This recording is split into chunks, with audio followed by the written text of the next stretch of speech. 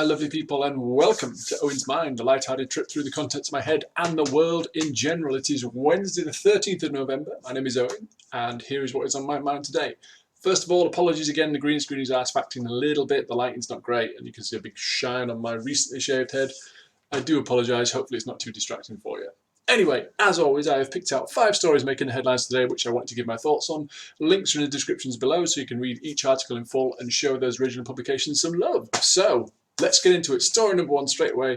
BBC News today. This is brilliant. So, the Fat Cat Smuggler falls foul of the Russian airline. So, this is... Russian carrier Aeroflot has stripped a passenger of his air miles for breaching its rules by sneaking his overweight cat aboard a flight. So, Mikhail Galin, 34, took his cat Victor on board a flight from Moscow to Vladivostok. Under Aeroflot's rules, pets weighing more than 8 kilos, which is 17 pounds, must be placed in the luggage hold. However, because Victor was too heavy for the passenger cabin, Mr. Galin devised a cunning plan. So, he swapped Victor for a smaller cat during check-in to get around the weight restrictions. The airline said because Mr. Galin had broken the rules, it had taken the decision to take the passenger out of its frequent flyer programme. All of the miles collected during his time in the programme will be annulled, the airline said. So this is how he did it, okay? So he revealed how he sneaked Victor on board the flight earlier this month in a Facebook post that went viral, and this is how he got caught. He would have got away with it apart from this post he put up. So he said he had Victor with him on the flight from the Latvian capital Riga to Russia's far eastern city of Vladivostok, which included a stopover in Moscow. When he tried to board the second leg of the flight in the Russian capital, Aeroflot staff would not allow him to take Victor into the passenger cabin. The weigh-in showed that the animal had fattened up to 10 kilograms, a level not allowed for the cabin, Mr. Galin wrote. Unwilling to place the cat in the luggage hold, Mr. Galin delayed his flight and took a strategic decision to find a smaller cat of a lower weight in Moscow. So he found a similar-looking cat which weighed less. A day later, he returned to the airport with a smaller cat double, which passed the weight limit test at the check-in desk. Mr. Galin then gave the smaller cat back to its owner at the airport before boarding the plane to Vladivostok with Victor, his fat cat. His mistake, it seems, was posting on Facebook, yes, about the operation to replace fat cat Victor. Kind of gave himself away a little bit. A picture on his public profile shows Victor sat on the plane next to a glass of sparkling wine. The post drew attention of Aeroflot staff, prompting it to launch an investigation that confirmed the cat swap on CCTV. It's very covert. It's brilliant, isn't it? In another post, Mr. Galin appeared to accept his punishment with good humour. He shared a picture of Victor as a kitten, when his weight still met with the requirements of the air carrier. So, yeah, it's just brilliant, isn't it? It's like a really low-budget B-movie spy thriller where they kind of, they hand off like the black briefcase. This was handing off, meow, meow. So he essentially found his cat was too fat to go in the hold, and people love their pets, and he didn't want it in the hole. He wanted it with him in the cabin. So he found a similar-looking cat, weighed that one in. Oh, this is Victor. And then I guess he went to like a bathroom or something and swapped it with his fat cat. Gave the slimline double cat back to its owner, who went home with his cat. And he took the cat on the plane, but then the problem is he bragged about it on Facebook and got caught, and he's now lost all his air miles. So, my thoughts on this. The thing is, it's one of them things, it's one of them rules of the rules. If you're not going to follow them, then, don't complain about them and break them. Just, if it's not for you, find another airline. In this case, however, I do think, and I've spoken about this before on the channel, with the kind of weight limits on planes and how they're a little bit kind of grey because... just to the weight of passengers and things like that. If the cat was overweight, knowing how much people love their pets, and we've previously heard about, I think there's a story a couple of months back, a prize rabbit died in the hold of hypothermia, and obviously the owner was very upset. So,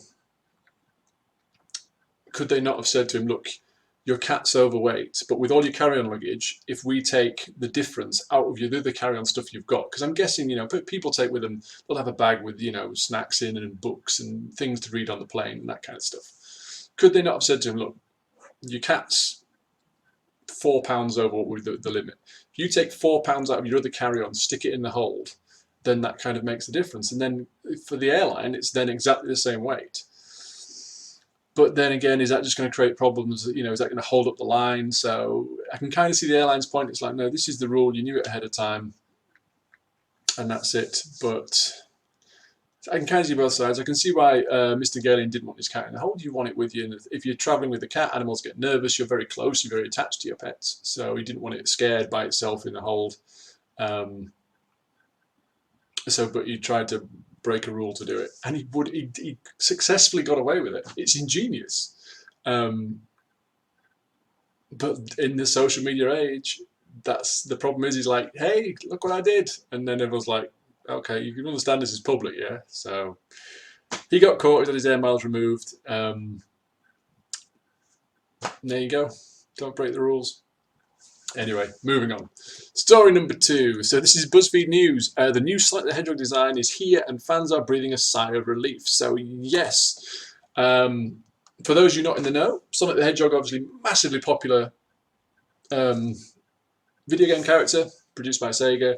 He's had loads of comics, and he's had loads of cartoon series and a whole slew of games, you know, of varying quality. But now he's getting a movie. It comes out next year. The first trailer dropped a little while ago, and people hated it. So I'll read from the story again. BuzzFeed News. After extensive backlash over the abomination of the initial Sonic design in the upcoming live-action Sonic the Hedgehog movie, Paramount Pictures unveiled its revamped version of the Blue Hedgehog on Tuesday to far more positive reviews.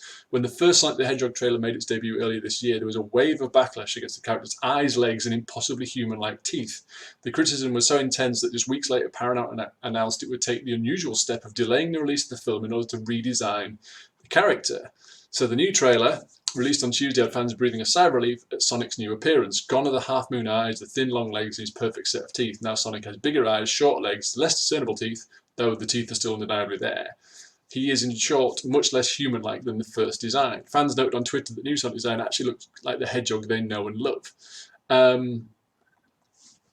So yeah, let's flip back to the picture.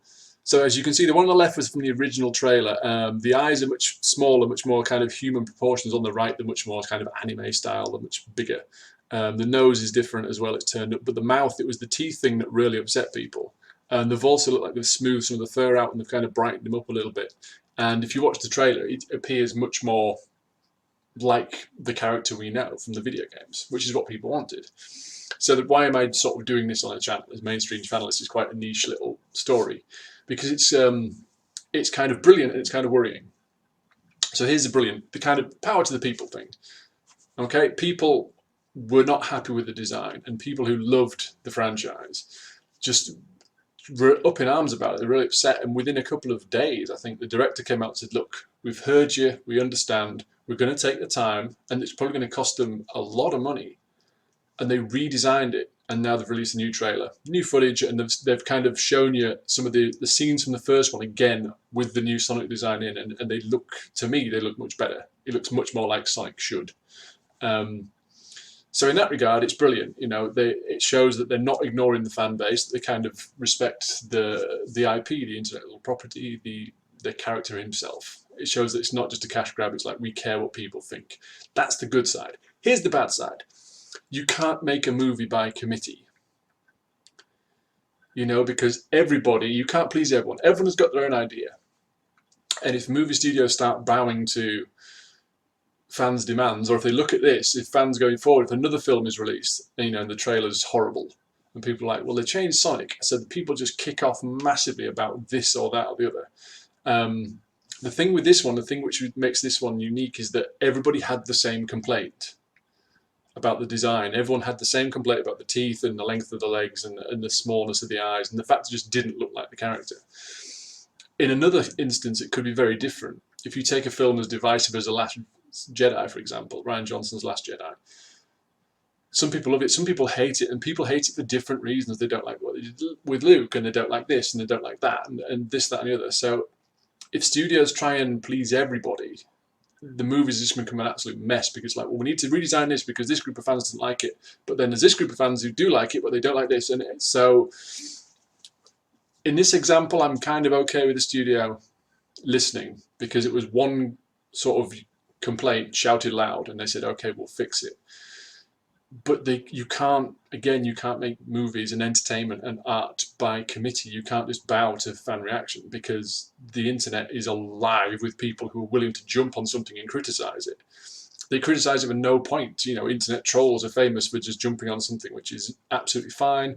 They'll take a woman who is absolutely beautiful, stunning, and they will just, because they can beat her down over social media, they will. people are always going to complain about something. So if we've now got to a point where it's like them complaints will now be acted on, I don't want it to encourage them to do it more, if that makes sense. So yeah, I like the new design. In this particular instance, I think it was a good choice. I like it.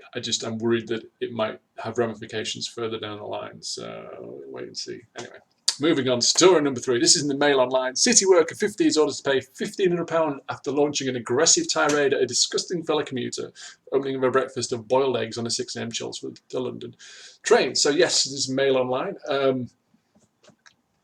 So a city worker launched an aggressive tirade at a fellow commuter when she opened a breakfast of boiled eggs on a commuter train, a court heard. Samantha Mead, 50, is said to have become upset after Erica Stoter started eating a breakfast on a 6 a.m. Greater Anglia service from Chelmsford to Liverpool Street on September the 6th, 2018. This is a while ago. The victim said she had felt intimidated during the incident and admitted the eggs gave off a strong smell, as reported by the Evening Standard.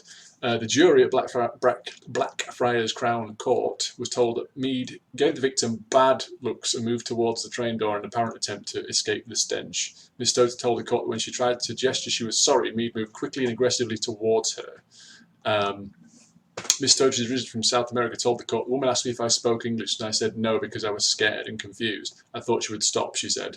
You are disgusting. She then claimed Mr. Mead threatened her and said, do you want to go outside? In a train? In a moving train? Do you want to go outside? Yeah, that's problematic. Anyway, told the court that she said to the defendant, don't you think you're quite old to be doing this kind of thing? She reported the incident to police after getting off the train at Liverpool Street. The victim said another commuter had previously complained about her eating eggs on the train and she had closed her Tupperware to stop the smell. When questioned about why she eats eggs in a public place so early in the morning, she said, I have to eat at that time because of my diet. Mead told the court she was taking tablets for a medical condition and the smell of eggs had made her feel nauseous. She said she found the food disgusting, rather than naming the comment of Miss Stoter, and also denied losing her temper. Mead of Manningtree in Essex was found guilty of one charge of intentionally causing harassment, alarm or distress. On Friday, she was fined £750 and ordered to pay £750 in compensation. She was cleared of racially aggravated public order offence. So this is one of those things. Everyone's experienced. I've experienced this. You've been in a public place and someone's been eating something odorous, that's not to your taste. It just stinks, whatever. And it's just, the thing is, this has narrowed it down to food, but it could be anything. It could be flatulence. It could be somebody who's not washed, somebody wearing incredibly strong perfume. So from Miss Mead's side of things, I do agree that people need to be a little bit more considerate. And saying that, yes, I have to eat at this time of the morning, you don't have to eat eggs at that time of the morning, particularly in a confined space. It's a very strong smell. And you could upset a lot of people. And she said that she's upset people before and she just kind of closed the Tupperware tub. So the fact that she closed it the first time says to me she doesn't need to eat it. Because she could have eaten it afterwards. Or she could have eaten it before. Or you could eat something alternative to it. Eggs are brilliant, don't get me wrong. But there's, you have to allow for other people. It's a common thing is like sort of people's canteens at work. People are in the rec room at work and someone's cooked something in the microwave and it stinks and needs cleaning and all that kind of stuff. Yeah, it happens. However, from Miss Stoter's side of things, there's nothing saying she can't do it. For me, it's considerate not to do things like that. I enjoy things like curries and that. I'd never eat one at, in a tight, like a lift or a train or anything, because a lot of people wouldn't like that smell. So I respect that, but there's no law saying I have to. So Miss Stoter didn't do anything wrong in this case, and Miss Mead's reaction was poor. She could have asked her nicely, she could have moved down. I don't know if she could have moved down the train. She could have said, look, can you just close out for a little while? It's really strong smell, and I'm on medication. So it says that she was on medication, and the smell made her feel nauseous. It doesn't say she explained that to Miss Stoter during the incident. Had she said, can you just wait till the next stop? I'm taking tablets and the smell just makes me feel a little nauseous. Then if this woman's previously been approached by somebody and she said that somebody had complained previously and she closed the Tupperware, it had Miss Mead approached her in a similar fashion, in a kind of gentle way and said, could you please? If that had been the initial approach, then okay, but you can't, start insulting people and offer to take them outside of a train. Still baffles me. So yeah, it's costed, that little outburst has cost her 1,500 quid. Sorry, Miss Doterfeld, intimidated. You know, I'm not having a go at it. I do think it's everyone's responsibility to respect those around them. And like for me, it's not just like food and hygiene. For me, it's bad language. When I'm with the kids, and you'll hear groups of people cussing really loudly. You know, I really hate it. I really dislike it, and I really wish those people would pay more attention. I was an engineer at school. I've always worked in quite male-orientated workplaces, and the language is very colourful. However, when I'm out in the street, you know, even if I'm with those people, that language is gone, because I understand not everyone will like it. Some people will be offended, some people might be upset, and that's it. And when I'm around the children, obviously, I don't use that kind of language. They don't watch the kind of films with that kind of language in, because I have to, you know, allow for the fact that it's inappropriate. You know, and maybe that's a bit of a harsh example compared to this. It's just food, but yeah, it's, you know, it raises this kind of feeling. So I think people should be a bit more aware, maybe. But again, the reaction was inappropriate. She's been charged and fined for it, so hopefully she'll think more in future. Hopefully Miss Stoter will think, you know what, maybe I could have handled it differently, maybe I could have done something differently, maybe I don't have to eat eggs for breakfast, although eggs for breakfast are great, but maybe not in this particular context. Anyway, moving on, story number 4. This is fantastic. This is the news hub via MSN News. A lost mouse deer with fangs and hooves spotted in Vietnam. So, yeah, first images in 30 years of a mouse deer in the wild have been published. So it's unclear how many of them in the world exist, and scientists had assumed the species known as the silverback chevrotain was extinct. The species, which had big fangs, tall legs, and a roundy body, sounds like that original designer Sonic, was photographed in Vietnam more than 2,000 times during a 10-month period, according to the Global Wildlife Conservation. Photos of this rare species were released on Monday. The team is now working to monitor the species to determine its population. They say this might represent the last population or one of a handful of populations, in which case we need to take action immediately to put conservation measures in place to ensure its survival, said Dr. Andrew Tilcott of the GWC. Vietnam may be one of the toughest places to work on mammal conservation, so it's nice to have a hopeful story from Vietnam and to be part of something positive that can help ensure this species is never lost again. Yeah, so brilliant. It's lovely that, because so often we hear about things that have become extinct. All the wonderful things we are losing in the world due to various factors, climate change, deforestation, and etc., etc. So it's nice to get one back, to go, you know, we thought this was gone, but here it is. And it's there's lots of pictures of it online at the minute, because obviously the story is doing the rounds, and it's adorable. It is like a I want to say, to me, it looks like a very kind of tiny wallaby with a deer's head, but fangs. It's got big vampiric fangs. But again, it's nice that it's back. It's nice that it's back. It's been found, and hopefully, you know, after they've studied it a bit more, they might go, oh, yeah, you know, there's loads of these things, and you know, they're going to do well, and now they can put things in place to make sure that where they are is going to be protected, so they can continue to live well. So yeah, just a happy little story, a little creature that's kind of back on the map. We thought it was gone, and we've got it back. So brilliant. So that's the silverback chevrotain, in case you want to Google it and look at more images of it, because it is adorable in certain poses. But yeah, watch out for the fangs. And our final story today is in the Metro. So plastic spoons and spatulas could be poisoning you. At this point, I'm going to take a break. You have to forgive me. I need a coffee. Been quite a busy day today, so I just need a slurp. Keep me going.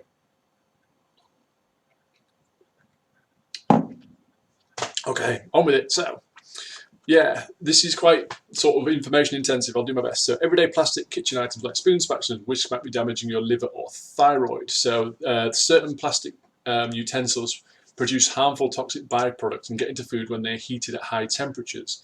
They're known as oligomers, are formed unintentionally during plastic production and because they are so small, humans may be ingesting them without knowing. Scientists from the German Federal Institute of Risk Assessment are warning people to keep contact with food as brief as possible when using plastic utensils in cooking, especially at temperatures above 70 degrees Celsius. This is when they're essentially released from the product. The BFR, an independent group that advises the government on food, chemical and product safety, studied these oligomers from 2 different molecules which are used mainly in kitchen utensils, including PA6 and PA6.6. Taking different information from a study conducted between 2016 and 2017, scientists looked at how these PA oligomers from spoons and spatulas get into food and what impact they have on health. The study found the amounts of these things moved from kitchen utensils into food was much higher than previously thought.